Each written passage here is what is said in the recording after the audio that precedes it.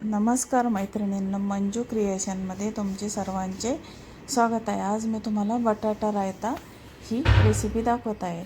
तर उपवासाची रेसिपी आहे। यामध्ये मी उकडलेल्या बटाट्याचे बारीक बारीक असे तुकडे करून घेतलेले आहे आणि ते एका वाटीमध्ये घेतलेले आहे आणि त्यामध्ये आपल्याला 2 चमचे दही टाकलेलं आहे।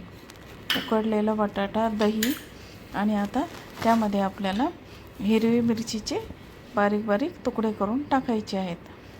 आता पहिल्यांदा बटाटा टाकला, त्यानंतर दही टाकले आणि त्यानंतर त्याच्यामध्ये मी कोथिंबीर टाकलेली आहे आणि आता थोडंसं आपल्याला पाणी त्यामध्ये ॲड करायचं आहे, कारण दही हे घट्ट आहे, त्यामुळे थोडंसं आपण पाणी टाकूया आणि थोडंसं मीठ टाकून घेऊया आणि असं व्यवस्थित आपण ते सर्व एकजीव करून घ्यायचं आहे।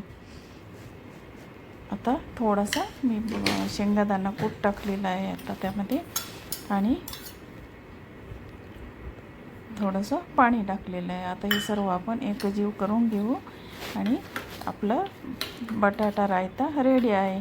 उपवासासाठी ही रेसिपी खूप छान आहे, तुम्ही नक्की करून बघा। आपण उपवासाचे धिरडे करतो, त्याच्याबरोबर हे रायता खायला खूप छान आहे आणि अगदी पोटभरीचं हे होते। धन्यवाद।